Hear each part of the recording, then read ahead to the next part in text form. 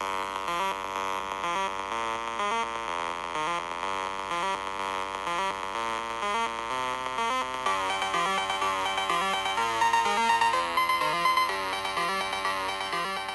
right. Well, I'm here to talk about Top Gun Maverick. It's been a while since I've done a YouTube slash Podbean at the same time podcast, but here we go. I don't always do this, but I need to get a little bit more viewage out there. We needed this movie. By we, I mean our culture, our Western culture. So I think it goes beyond even the US culture, but our Western culture. Heck, maybe even a lot of the world needed this movie because this movie doesn't necessarily hold its punches, hold back its punches. It goes all the way. It's awesome. It's way better than I thought it was going to be. But I knew early on, I guess that was before I had seen any kind of footage. Once I saw the footage and I knew that they were doing real flying, the actors are really doing a lot of it, and especially Tom, especially the scene where the plane goes inverted and goes under below the mountain and all that. I knew we were gonna have something pretty awesome. So yeah, this is the movie that we need, and I, for one, am really happy to have seen it. I saw it opening night. It's the perfect movie to go see on Memorial Weekend. And I'm a big fan of the first one. I think people that have some kind of bias against the first one refuse to watch it. I think that's silly. That's such silliness because you can enjoy the first one on multiple levels. One, you can enjoy it on its campiness. Two, you can enjoy it on its awesome cinematography and direction by Mr. Tony Scott. I was really remember when they were, it was going through development. I was really bummed because Tony Scott had passed, and it's like, well, what's the point in doing it now? Because he was really as much of a character in that movie as the actors. His style, his visual style, and the close-ups he did, and yeah. So what this director did, and let me see if I can find I should have done my research before this. The director is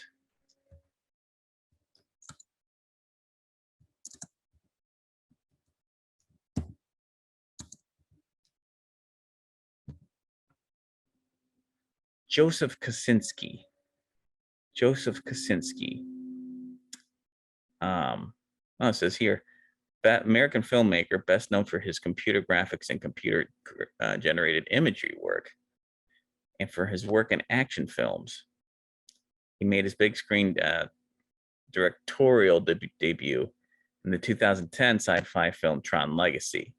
Wow, the sequel to 82 film Tron. I like Tron Legacy. I'd say he doesn't have a distinctive style so much, really, that I can detect. If he does, it's very subtle. But yeah, he emulates some things that Tony Scott did, like some of the close-ups, going in for the close-ups a lot. But he still does a lot of medium shots. So he varies it up. This director, he's pretty decent. He doesn't have a big distinctive style, but he does. The movie still looks good. I digress. We needed this movie, and I tell you why. We needed a movie with a hero that wins at the end. Oh, spoilers. This is spoilers. We needed a movie where the hero wins at the end. It's a clear victory, and we hadn't had one of those movies in a long time. Now, Doctor Strange, to be fair, that was, he saved the day, but he saved the day, with America Chavez and all that. But he saved the day. He won. But this one is such a distinctive win, and I think the practical effects of the planes and that stunt work, again, they're really doing it. There might be some computer trickery here and there, but for the most part, they're really doing it. So bravo, and bravo to Tom Cruise for paying his dues and putting it out there. A lot of the new crew in the movie is very similar to the ones from the first movie, where you have this different personalities and everything. And the premise is that Rooster is the son of Goose. Spoilers if you haven't seen the first one. Goose was Maverick's wingman, and Goose died in that one. So, but Goose's son grew up and became a jet pilot as well. And Maverick, kind of looks out for him a little bit, and he knows he has a lot of guilt over what happened to his dad. And there's a little bit more things going on with the plot about Maverick holding Rooster back because his mom didn't want him to be a jet pilot, because she didn't want him to die and all that. So it's along those lines. But we needed this movie because, yeah, we needed a good story first. No bullshit. Tell us a good story, a satisfying story from beginning, middle to end. No agenda. Okay. Just tell us a good story. And this does it. Now. Does it have cheese? Yes, it's got cheese. It's got the crew playing football with the shirts off and all that. So it's got its cheese.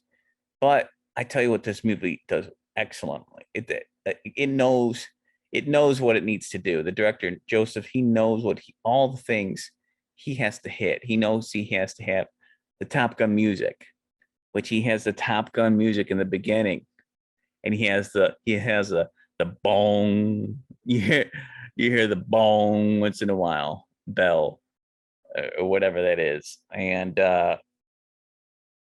it's just such and Hans Zimmer emulates a lot of the music from the first one, and it's great. It's so beautiful, and he adds his own a new theme to this Top Gun 2, which is great as well. Like, Hans Zimmer is such a chameleon, and he really he knew it. He knew what this movie needed to be, and he knew he had to take a lot of the cues from the first one, and it's just brilliant. I'm seriously considering getting this soundtrack. It's awesome. The soundtrack from the first movie is awesome too. I even like the Lady Gaga song, and I'm not really a big Lady Gaga fan, but I think she did a good job with the song in this movie. But the beginning of the movie is great too, because they set it up where Maverick is kind of a test pilot, kind of a Chuck Yeager. I think that was his name, Chuck Yeager type, where he's testing out new aircraft, and he's trying to. This one's like a kind of like a super stealth going, like pushing. He's got to push it to the Mach 10. This plane, and it goes. He's right on the edge of where space is or something like that, and he's trying to push it, but he's not supposed to take it out for a run. Of course, he breaks the rules. And what's his name? He's the bald-headed boss, supposed to be the bald-headed guy from the first one. I don't know if he's around anymore. But Ed Harris has replaced him, and he's fantastic. He really knows that character, and that's a great replacement. And I think that really sums up um, casting Ed Harris in that character. That's one of the things that the director knew what he was doing. He knew that this character needs to emulate that guy from the first one, the I think the colonel, whatever he was, major, the CO, um,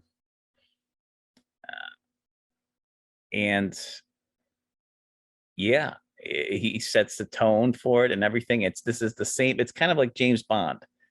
This is that same character, but put into a new scenario of the now. And how does this character fit in?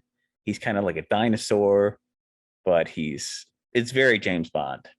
It's very James Bond. The only thing that the movie doesn't quite do is that it doesn't start Maverick in the middle of an action scene in the beginning, which I think that would have been maybe a little bit cooler.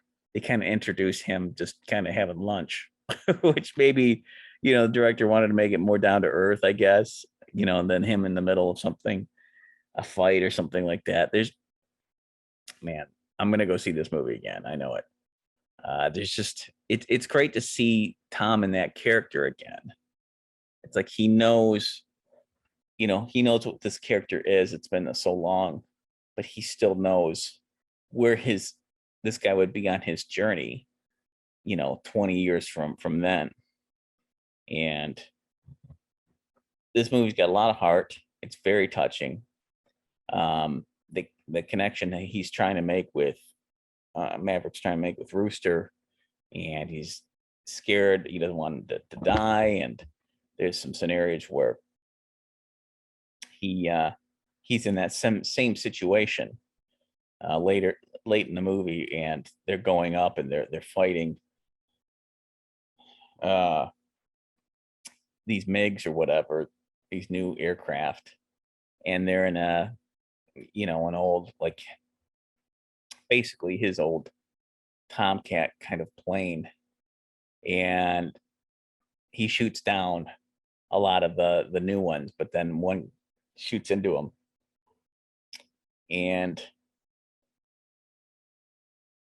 yeah, it's pretty great. He ends up well, again, spoilers, but there's that scene where Rooster is trying to get out and eject, but he can't eject, and he's afraid that he's gonna pop out of the plane and he's gonna hit his head on the glass or something like that. But huge spoilers here. Hangman, the guy that's always known to kind of leave his wingman, shows up and blasts the airplane at the last minute, which, that's kind of like a Saved by the Gods kind of scenario. But you go with it because the movie was just so well done, so well put together. I'm really doing the broad strokes here. Jennifer Connelly was fine. She has a kid in it. I don't know why they had to bring the kid in it, because I didn't think there was much of a storyline there. That I felt like it's like, well, I don't know, just make her single. Does she have to have a kid? I mean, we get it that they're both older, so, but whatever. That's a minor problem in the movie. But yeah, everyone's good in it. It's it's just it's so much. This movie should have failed in so many different ways, because doing a sequel to a movie about 20 years later, I think even more than that, 30 years, yeah, 80, 85, yeah, 30 years. It's been 30 years. That 20 years gets a little dicey with me there. Yeah, man, it's just it succeeds, and it succeeds because you get a good story. It's not completely it's not intricate or anything. It's very drama-ish. It's very first Top Gun, but yet it succeeds because it knows what it is. It knows Tom Cruise knows what Maverick is, and everyone's playing their beats perfectly, and the stunts, the plane stunts, everything being done is, again, it's like a James Bond or a Christopher Nolan movie. It's really being done. It's brilliant. It's fantastic. It cuts to it. There's no agenda. It's very, nothing's being pushed here except good Americana. This is what we can, optimistic, against the odds kind of a movie, kind of a story. Someone made a great point, which I didn't put together till now. There's a scene where they have to drop bombs up, or a bomb into a hole of some sort and blow up some kind of sensor, some kind of box sensor control thing. And I'm thinking, they said it, that's like the scene at the Death Star, because they all have to stay low. And in this, they have to stay low, like within 100 feet of the ground. Well, it's very similar, and like in the Death Star, where Luke's going through the, you know, the U-shaped crack, and then the Death Star or whatever, not really crack, but you know what I mean, tunnel. And basically, there's even a point where Tom Cruise basically tells, or Maverick tells Rooster to use the Force, because he says in a very practical way, don't overthink, don't overthink it, just feel it. And it's like, well, that's pretty much telling somebody to use the Force, use your intuition, you know. And sure enough, Rooster drops the bombs, and there's this, after that you have to go up a really steep incline and go over that, but then they're going to be vulnerable to missiles, so they have to go down, and yada yada yada. But it works perfectly, even though they borrow that. You know, they borrow from Star Wars, New Hope. It works. They almost outdo Star Wars, like, especially they outdo new Star Wars. But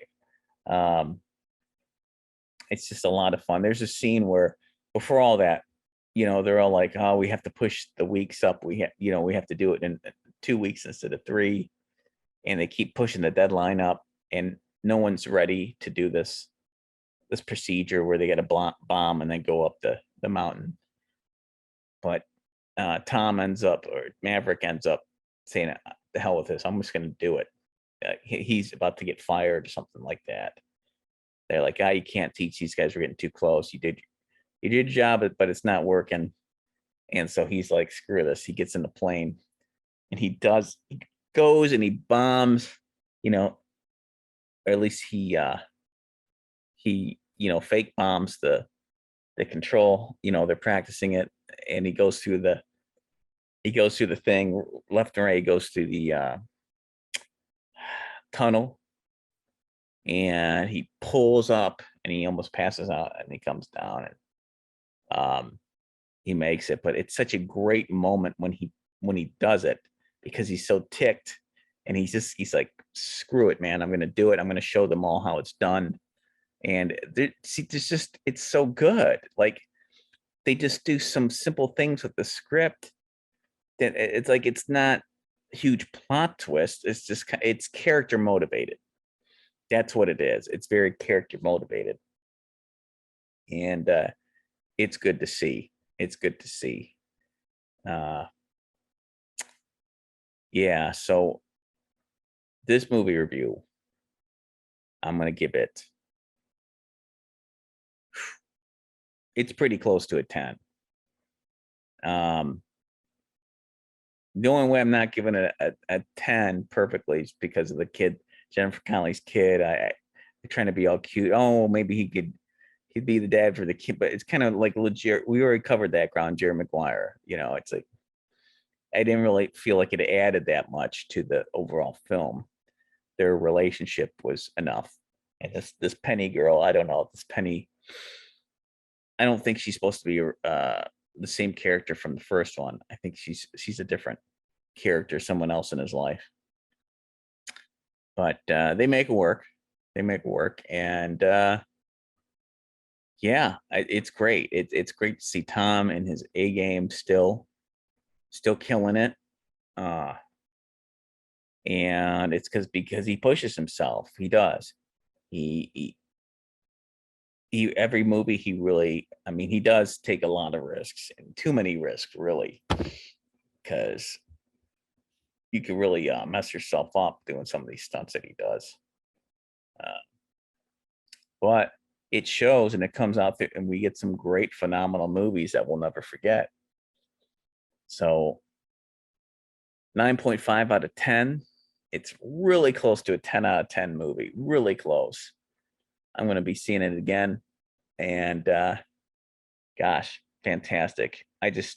We needed it right now. We really did.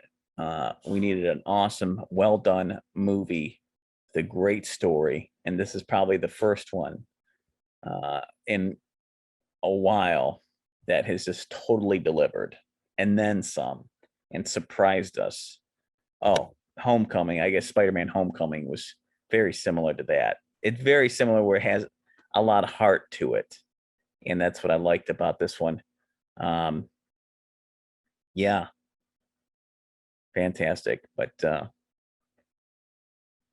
yeah, this music I have here is from Top Gun from the Commodore 64, which I grew up playing that and love it to this day. That's why I opened the I opened this with Top Gun, the C64 game, and ended that way because, again, I don't want to use the a movie music because copyright stuff, and I don't want to get into all that jazz. But yeah, fun stuff. I really love playing that. That's a whole nother podcast. I did do a podcast on it. Really, maybe I'm due to do another one with Tom, and yeah, it's a lot of fun. So go see Top Gun Maverick. It's Memorial Day weekend. Go see it. Um, go see it on the biggest screen you can. Go see it on IMAX. I saw it on IMAX. I got a pretty good seat opening night, and I'll go. I'm sure I'm gonna go see it again. Fantastic, man! It was so awesome. I was so happy to spend my money on it. At the end of the movie, I was sitting next to a couple.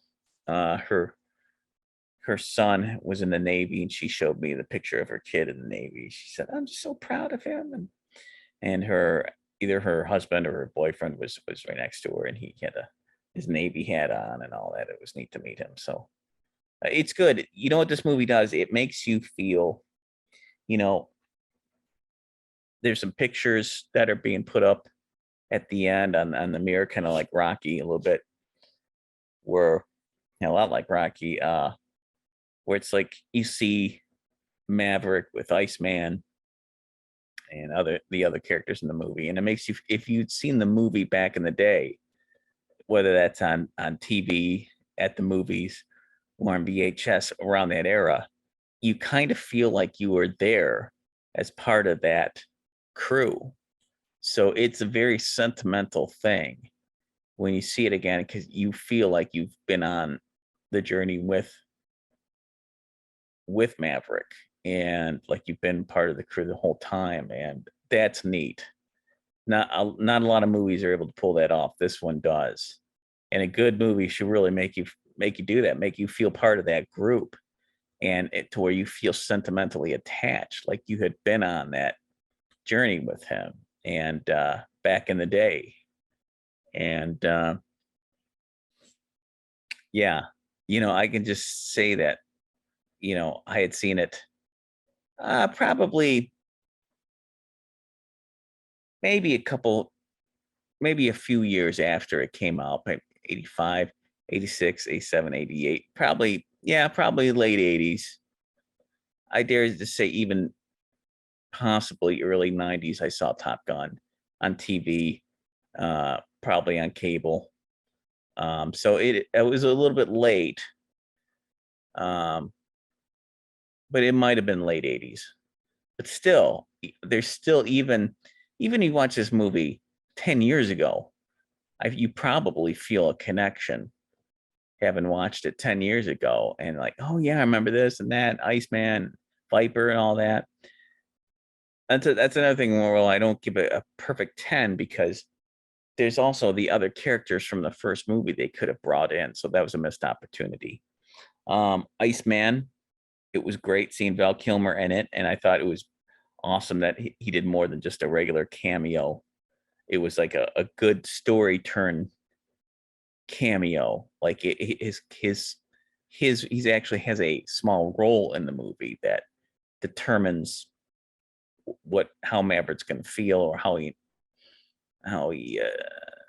you know how he can let go later on. And I think it's done classfully. uh and Val is still that character, even though he's, you know, that thing, his throat and all that messed him up. He still can project how that character is. And that just tells you what a great actor he still is. Fantastic. And it's sad he's had to go through that, but he's a trooper he's still acting, he's still doing it. And I hope he gets better. I hope he can recover more of him, what has happened to the poor guy. But he's good in this, he is. And yeah, there's something else I was gonna say. I can't. Bummer. But music's fantastic. Hans Zimmer really delivers, and they really, this is what it was. This was really classy. I was thinking, before I went in there, I hope they give, like, I know they're not going to, but they better do in and dedicated to, in memory of Tony Scott. Because I noticed, like, when a lot of movies and TV shows, like Boba Fett and all that, the original Boba Fett actor that was in the suit passed away around that time. And probably, I think it was like second season of Mandalorian or something. But they never said, hey, dedicated to the actor that plays Boba Fett. I can't think of his name right now, unfortunately. But in this, they said in memory of Tony Scott. And I thought that was so classy. That was like the icing on the cake. That was the icing on the cake. Like, I'm really debating whether to give it a 10 out of 10 just because of that move right there. That was fantastic. Classy. The director knew what he was doing. He didn't hold back. He didn't pull his punches. Fantastic. John Hamm was great. Everyone is just on the ball and perfectly cast. Go see it. I'll go see it again. It's a miracle, like they say in the movie. It's the first miracle, and this movie is no exception. It's a bit of a miracle. And do you believe in miracles? You will now.